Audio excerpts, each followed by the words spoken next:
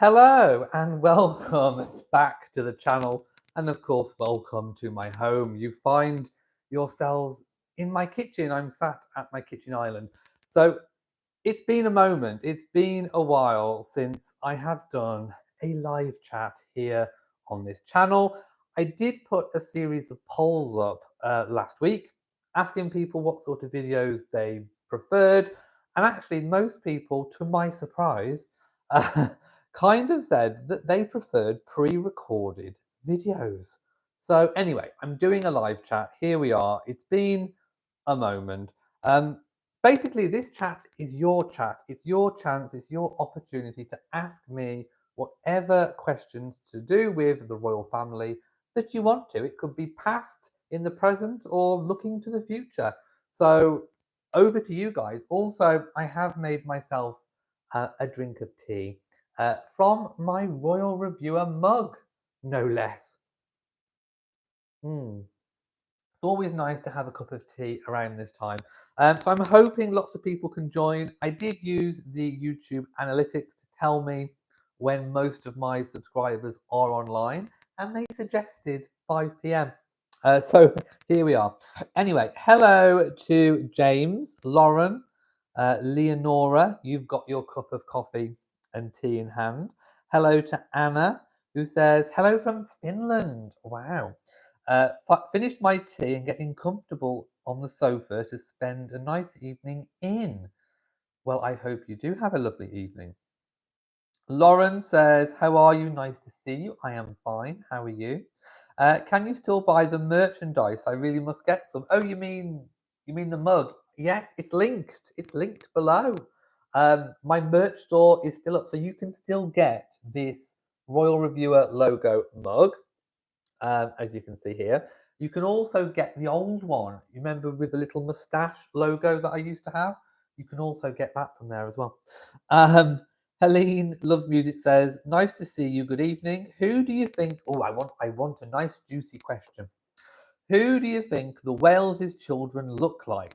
I realised the other day how much George looks like a Spencer. Ooh, well, I'm going to have to gloat on this one because ever since Prince George was born, I always said that he looked like William because of his shaped face. So let's park that one. I've always said that George looks like William. And I always said, now this was the contentious one of the Cambridge, now Wales children, was always Princess Charlotte. Because ever since she was a baby, I said she looked like Princess Diana. And lots of people were saying, no, she looks like the Queen. And then lots of people were saying, no, she looks like Catherine, her mother.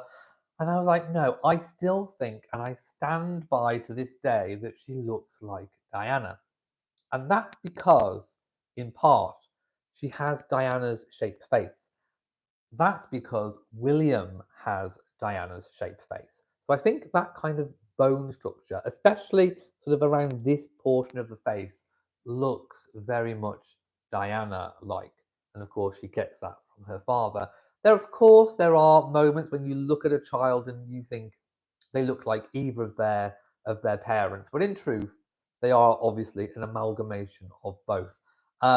Sometimes I look at Charlotte and she does look like her mother, but the majority of the time, I would definitely say she looks like Princess Diana. And if you put photos, I've done it myself, if you put photos of Charlotte at a similar age to Diana together, they look very similar. They've also got some of those I mean, a lot to do with looks is in the mannerisms as well. And Princess Charlotte does give a little bit of the kind of coy, downward glancing look that Diana gives. Now, Prince Louis, he just looks like a Middleton. He looks like his grandfather Middleton. Absolutely. I think from the get go, everyone can pretty much, I think, has a general consensus that Louis looks like the spit of his grandfather, Michael Middleton. If you have any other suggestions of who they might look like, then please let me know in the comment section below. Laura says, good afternoon to myself, Matt, and all of our fur babies. By the way, if you only know me from Royal Reviewer, I do have another channel called Elliot and Matt where I vlog weekly lifestyle, property, travel, that kind of thing. So if you don't see me here, I'm over there, is what I'm trying to say. Uh, Helene says, I agree, she looks like William and Diana, of course, Princess Charlotte. Kimberly says Charlotte looks like Lady Sarah Chateau. There is a slight similarity, and this is where I think some people said when she was a baby she looked like the Queen, because the Queen, Sarah Chateau, looks like the Queen. So there is a bit of a similarity. Obviously, Charlotte has darker hair than Diana ever did. Um, but no, I still think, for me, I see Diana in Charlotte. Lauren says, I think both Prince George and Princess Charlotte uh, look like Prince Louis and his mum. Yes, I think I get what you're saying. Elaine says, yes, Louis is a spitting image of Michael. I just don't think he looks like anyone else other than Michael Middleton. Like, I literally don't see anyone else. I just see a young Michael Middleton. Anyway, if you do have any other really good questions, use me. I'm here. So please get your questions in.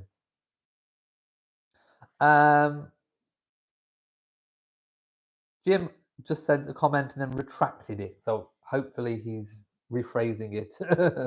Right, I did want to talk about my previous video today, which I put out about a new detail that was revealed about the final hours of Queen Elizabeth's life before passing. So if you haven't seen that video, whatever I'm going to say now will make a lot more sense once you've gone and watched that video. So basically, some of the comments that were coming back, I think, pretty much agreed with everything that I was saying in that video. And I just think it's very important to direct people to that video because of the issues surrounding the rumours that have been going around about how and why the late Queen passed away. I mean, obviously, she passed away because she was of a great age. And it still today doesn't necessarily seem real that she's gone. I think we are missing her more as the year and years will develop and go on, especially around the state visit of France. Um, it would have been lovely to. I mean, I know her late Majesty hadn't done, a lot of overseas travel in recent years, but just looking back to, the days when she did, she did it with such grace and flair and elegance. I'm not saying Charles and Camilla didn't, but it was different. It was a different style. She had a different way, a different demeanor, a different level of respect from that harks back to a different era. But anyway, going back to my video that I did last about the Queen's death, a lot of people were agreeing in the comments with what I said. I think it's very important not to go with rumors when it comes to the cause of death. And I think the new evidence that was kind of brought to light shows that actually she was still able to, sign those documents on the morning of her passing, which shows that it was a lot more sudden than what people, I think, thought. I think people mostly had an idea in their head that as soon as she'd finished meeting the outgoing and ingoing Prime Minister, of course, we saw that final photo of her at Balmoral. I think a lot of people thought that from that point on, she suddenly sort of took a turn for the worse, and then we only found out when the doctors released, well, Buckingham Palace released that doctors were concerned for her health. But it actually transpires that I think it was more likely that she took a sudden turn for the worse on that morning of the 8th of September. So if you haven't seen that video, I will direct you to it. It's worth a watch because I go into a lot more detail. Lauren says, how are you enjoying the current royal tours? That's a brilliant segue into what I've just been talking about, or from what I've just been talking about. So Charles and Camilla have a completely different style. We've known sort of Charles's style and Camilla's style over the years. They aren't new to being statespeople. Charles has done it all of his adult life, and he's known that lifestyle from birth. Camilla has obviously married into the family, and she has been a dutiful wife all those years, so she knows the score. But they definitely have their own style. The late Queen had her kind of, quite easy style. Camilla sometimes can look a little awkward. Now, we know they've come to this late in life. Her late Majesty, had it from her sort of mid 20s, and therefore she had a whole lifetime to kind of ease her way into it. We are looking at a couple that have taken on a lot in their mid 70s. Just think about the magnitude of that for a moment. Most people are looking at retiring or have retired by now. Charles and Camilla are ramping up their royal operation, taking on so much extra, and they're doing it at an age, like I say, where people are mostly winding down. They are cranking themselves back up. I do sometimes get a sense that Camilla would rather be sat at home with her slippers, with her dogs, reading The Horse and Hound with a fire on, just enjoying her years with her grandchildren. But here she finds herself putting duty before self. And that is something that I think we have a continuation of. Um, Most definitely. I said that in my Christmas message. If you haven't seen that, go take a look. My last Christmas message, about the continuation, about that continuity, about Charles almost feeling like a comfy pair of slippers. We've seen him all the way through his life, so we know him. He kind of just slipped in to the role quite seamlessly. If ever there was going to be a movement for abolishing the monarchy, if ever there was going to be a massive conversation around that, it would have happened at the time of Queen Elizabeth's passing. In truth, there was barely a murmur. Um, Britain is still most definitely a monarchist favouring country. The transition for Charles from Prince of Wales, heir to the throne, to king was very easy. It was very well planned. Even Camilla, Camilla going from, originally being mooted as princess consort to then in the final, year, Queen Elizabeth deciding that now was the time to finally address what Camilla should be called and expressing that wish that she should be a queen consort. And by the way, there's a bit of confusion. Queen Elizabeth did not mean for her to be addressed as queen consort forever and a day. It was just that she was going to be a queen consort. She would be known as a queen consort. But going through precedent and UK law, the wife of a king, as I've always said, is a queen consort, but by precedent can also be known as Queen Camilla, Queen Mary, Queen Elizabeth, Queen Adelaide, as all the other um, queen consorts have been known by Queen first name. So that is entirely correct and in line with precedent and UK law. Um, so the Queen was, Her late Majesty was tying up loose ends. I think she knew her time was coming, but I don't think anyone anticipated that it was going to be then. If you've watched my previous video, you'll know I go into a lot more detail. Right, I'm going to go up and read some comments because whilst I've been talking to you, I've missed some. Helene says, I read somewhere that an alleged source said that she had a fall in the morning. Nothing has been confirmed. I've heard the same sort of rumor. Again, it's rumors, it's rumors, it's rumors. We have to be very careful with reading, repeating, and almost believing rumors, putting rumors as fact. We will know a lot more details. We'll know pretty much all the details when the official biography is finally out. Like I said in my previous video, it could be 7 to 10 years before we get the full picture of what happened in the last couple of years. And of course, as I said, there isn't any reason why the palace would be trying to hide it. Um, Medical information is usually restricted whilst that person is alive. But in death, details come out. We've seen that with the Queen Mother, with the William Shawcross biography. We've seen details released after her death that she had cancer twice and was treated successfully. And also, we know more details around her actual death. I'm talking about the Queen Mother, not Queen Elizabeth II.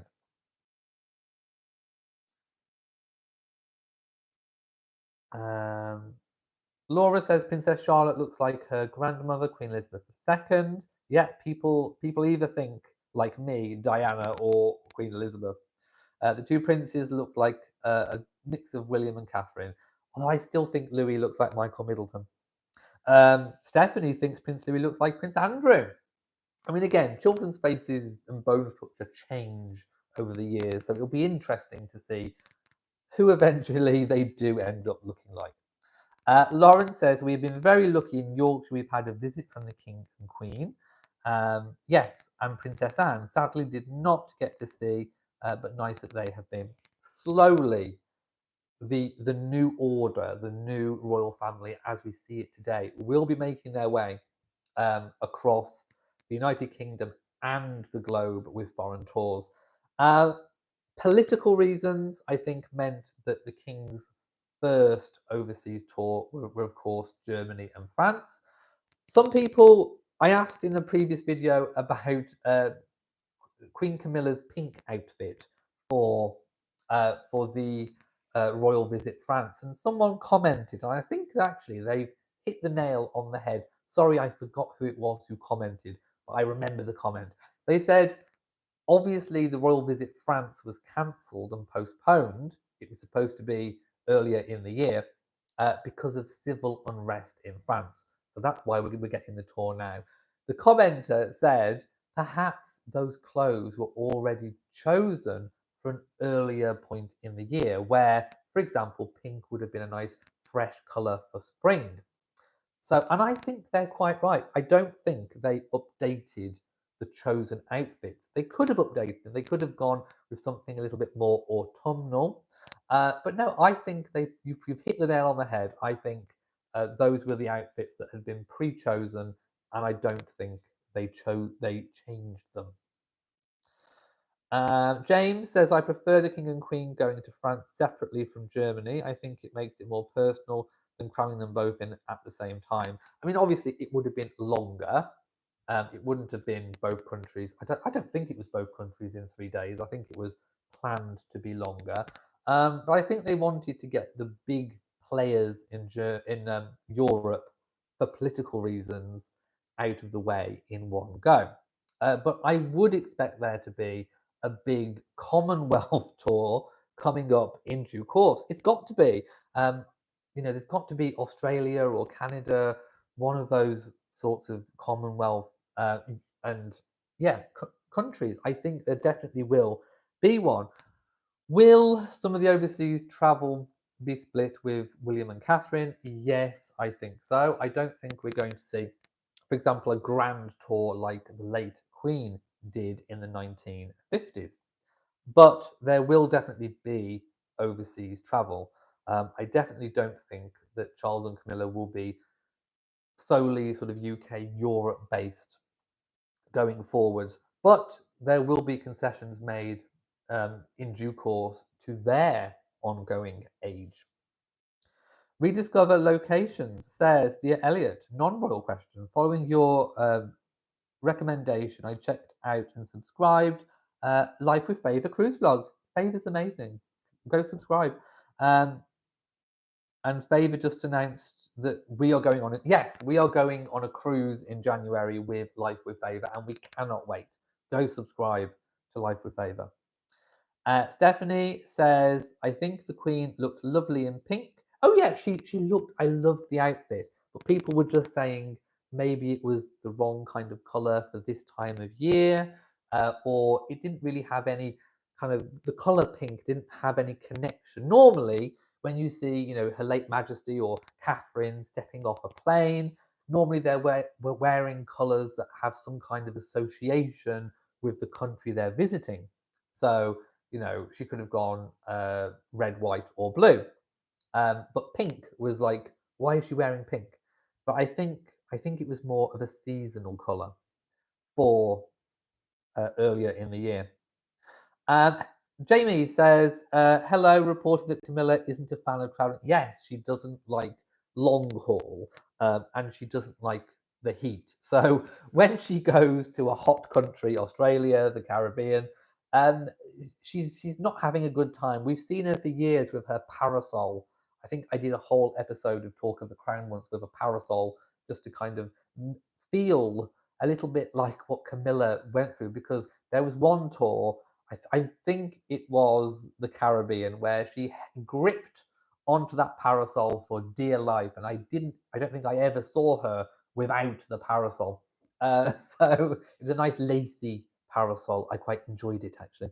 Um, so she doesn't like the heat. I think it kind of just zaps her strength, and a lot of people don't like the heat. A lot of people are heat worshippers and love the sun. Camilla is not one of them.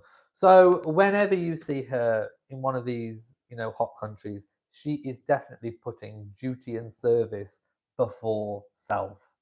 Let's have a little sip from my mug. Lauren says, but I was very lucky when I went to the Great York Show. Oh, the Duke of Gloucester. Yes, Duke of Gloucester is still a working royal.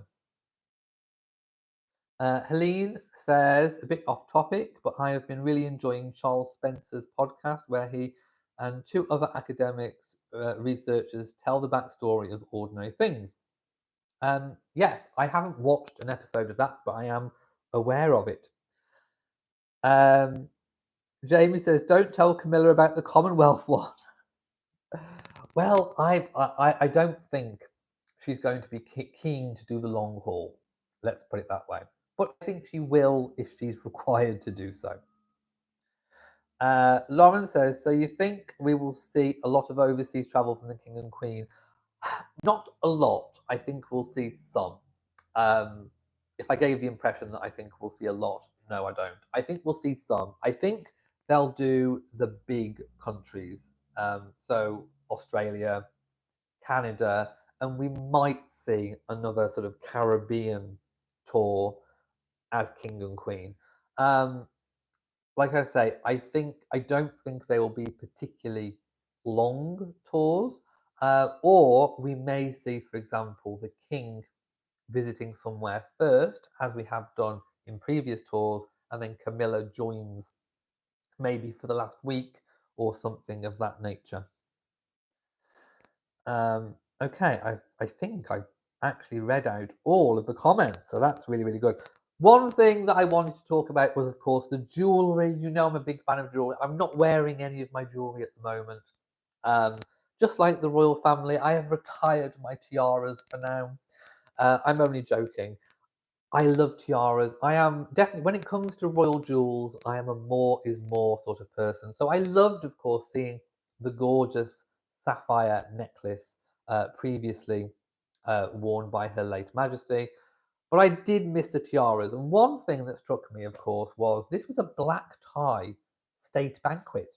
And I'm thinking to myself, back in the UK, we always see Catherine when she's attending a state banquet wearing a tiara, and Her late Majesty did, and all the royals who have got tiaras wore the tiaras.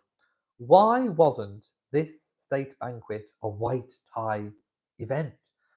If you cannot have a white tie and tiara at a state banquet, when can you? When can you do it? So I've got written down, is the tiara era over? I hope not. I hope the tiara era is not over. I love seeing the jewelry. Someone commented, and I think it was quite a pertinent comment. If you've got all these tiaras, everyone knows that the royals have got them. Why not just wear them? It cheers people up. But also, if you're not going to wear them, just put them in, some kind of museum, or put them on display so that at least people can actually get a chance to see them. I'd love to know your thoughts and comments on that. Sandeep, hello, says, I miss you and look forward to seeing more of you. Get well soon. I'm a lot better now. I did have Bell's palsy, where this side of my face kind of dropped, froze. But I am better now, so thank you. Julia says, off topic, but what delight are you having tonight for tea? Matt is making tomato soup, and I've picked my homegrown tomatoes. I've had a massive kind of end of year crop, so we're having homemade tomato soup with crusty bread and butter. Delicious. Um, HM the King says, the more I travel, the more I think, how on earth did the Queen endure such grueling travel schedules into her mid 80s? Well, obviously, she was looked after and she had the luxury of, well planned, well scheduled, well attended travel. I don't think that many people of her age would travel that. I mean, I'm not saying that people don't, people do. One of my relatives traveled to Australia into her 90s. So I know it can be done and I know people do. But when everything is planned and everything's timed so well, and you've got all your staff, and you've got Angela Kelly with all your outfits sorted, it's a lot easier. So really, the Queen only just had to sort of turn up and be comfortable.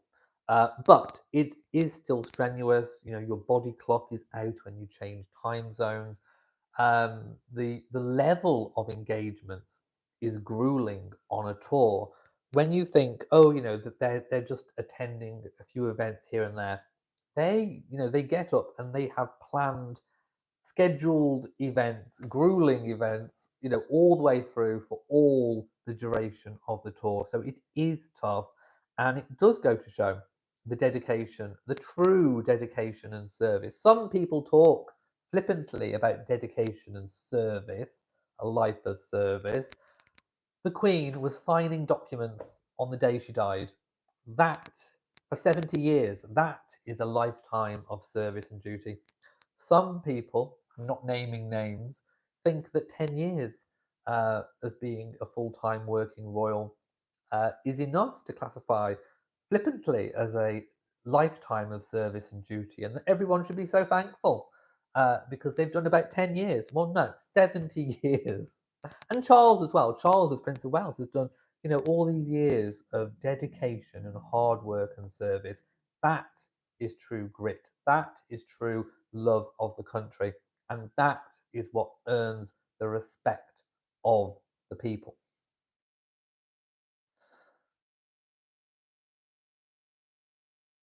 Lauren says, I suppose that's still happening. I mean, a lot of the late Queen's cousins are not getting any younger and still travelling.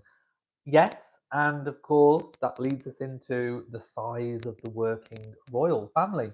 Um, it's small, and Charles wanted a slimmed down monarchy. It's slimmed down through kind of natural wastage. Andrew does not look like he's coming back into the working royal fold. I think he's been accepted privately back into family life. And I was thinking about this the other day.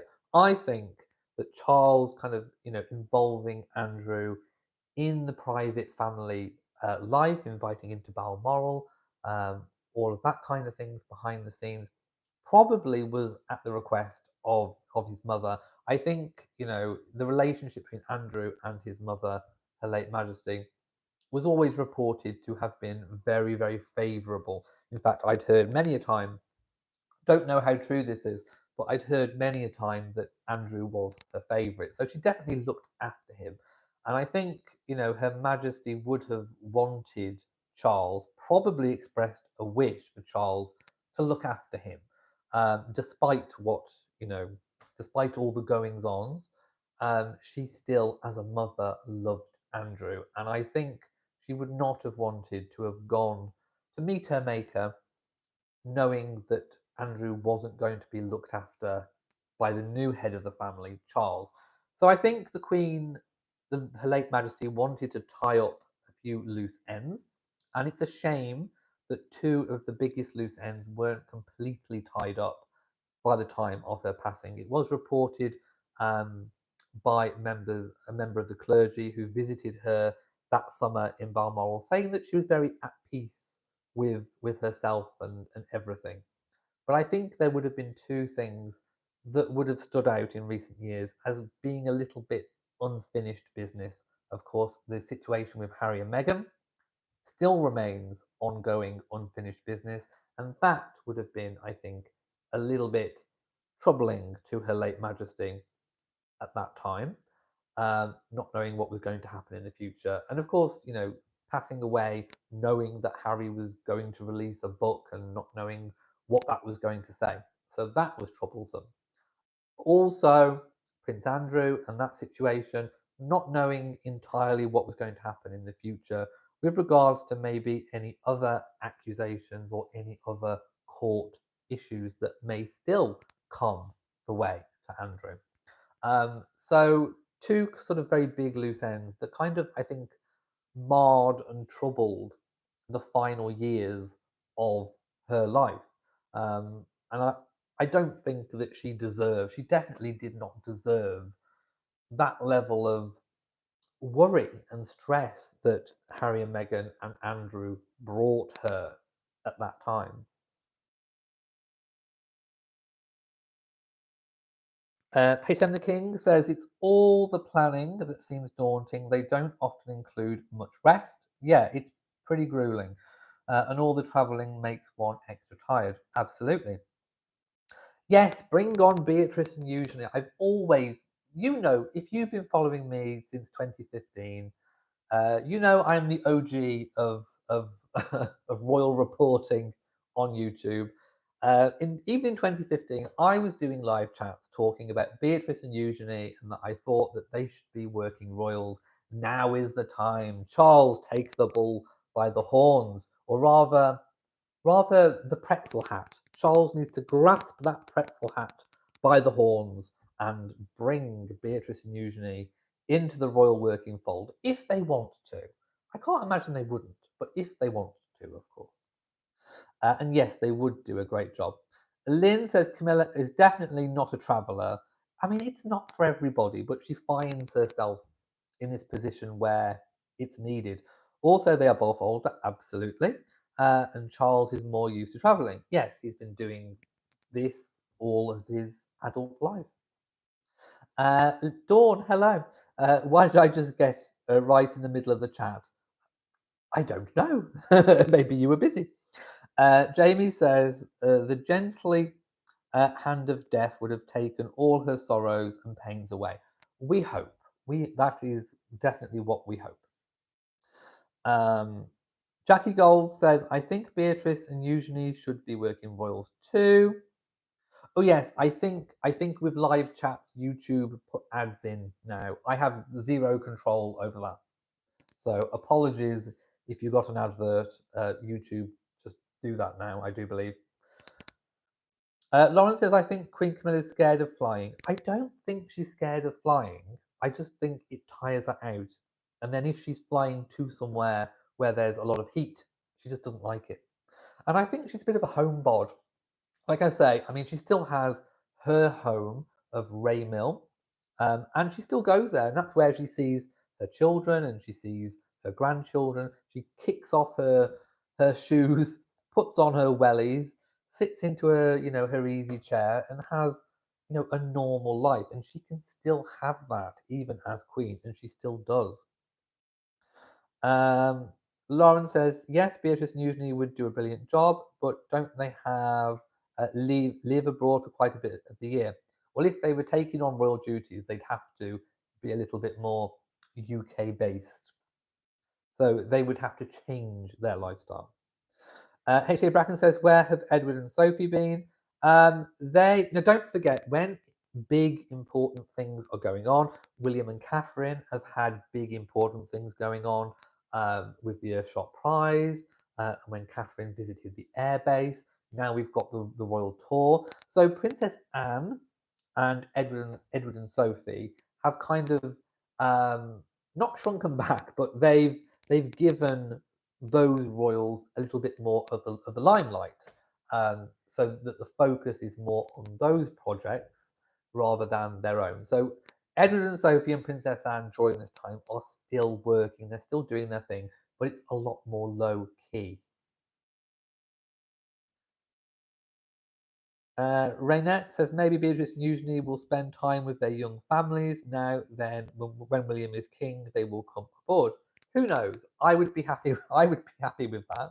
Um, I've always said that I thought they've been between a rock and a hard place when it comes to treading that royal life, being HRHs and being princesses of the UK, with not being working royals and the scrutiny that comes along with that, as Harry and Meghan are finding out now. It's not easy. Donna says Tim Lawrence would be great addition. Yeah. Um, Wives of princes are working royals, so why not husbands of princesses? It's completely sexist and it's a very outdated model. There are still very outdated practices within the royal family.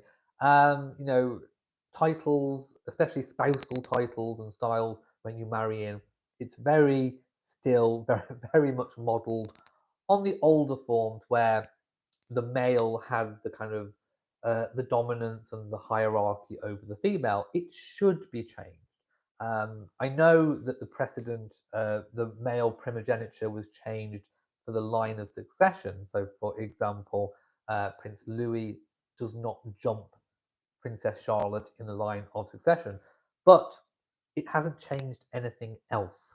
So those sorts of things do need updating. And yes, there is no reason really in modern day, in the modern world, where Tim Lawrence marrying Princess Anne shouldn't get a title himself and shouldn't become a working royal should the king want him to be so. So I'm in agreement. I think there is scope for change. And don't even get me started on the provision that's not in place in case we have a future monarch who might actually who might be find themselves in a same-sex relationship. I'm trying to put it in in a way. You know, just imagine the magnitude of being in a same-sex relationship and there being no provision whatsoever for what would happen.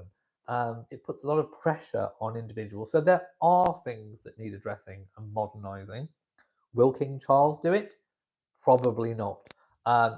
Fingers crossed he does. But it could happen under William, and it most definitely could happen under George. Anna says Queen Camilla has been suffering severe pains because of her back. I've heard, well, Charles has had severe back pain for years.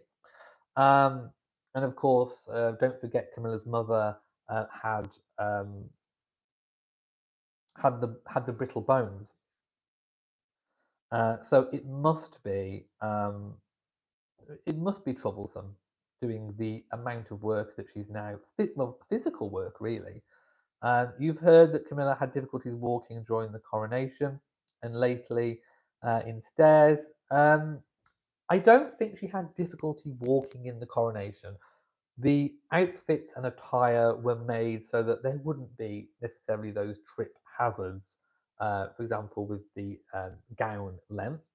But what would cause a problem, I think, to anybody is the weight of those crowns. That the crowns weigh a lot, but also the balance of them as well. Trying to keep something balanced on your head, keeping upright, keeping the posture at 75 is going to be a little bit tricky. So I think it was more to do with the balance and the weight that she was carrying on her head.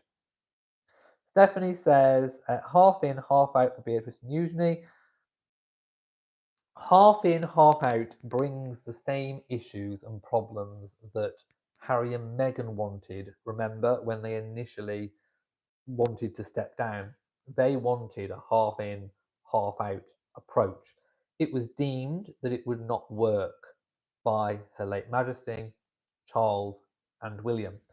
And I agreed with them at the time, and I agree with them now. I don't think a half in, half out approach works. It creates more scrutiny problems, conflict of interest problems than anybody wants. So no, I don't think it would be advisable to do half in, half out.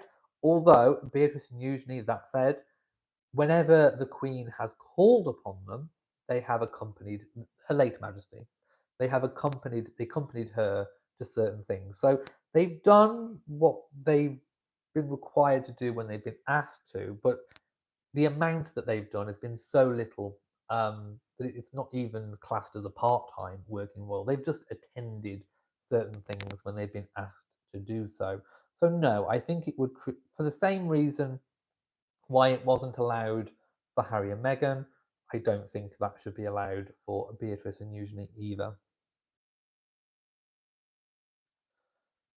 Um, Jamie says the words about the crown stuck in my head, and you can't bend down, otherwise your neck would break. Yes, so posture, like what I said.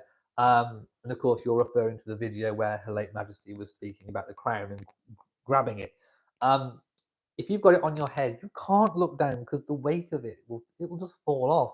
So you have to be balanced correctly. Then you can't really see where you're walking. You're wearing a long gown. It's just the logistics of wearing that sort of get up is tricky, to say the least. Okay, I am going to leave it here. I've been talking 41 minutes at you. If you have enjoyed this live chat, then of course, please let me know in the comment section below, and I will endeavour to do more of them. I've quite enjoyed it, to be quite honest. So I'm going to have a sip of my tea. There we go. So thank you for watching. If you've enjoyed it, give it a thumbs up, share, like, subscribe, all that good stuff. And I will see you next time. So from me, to you all, and goodbye.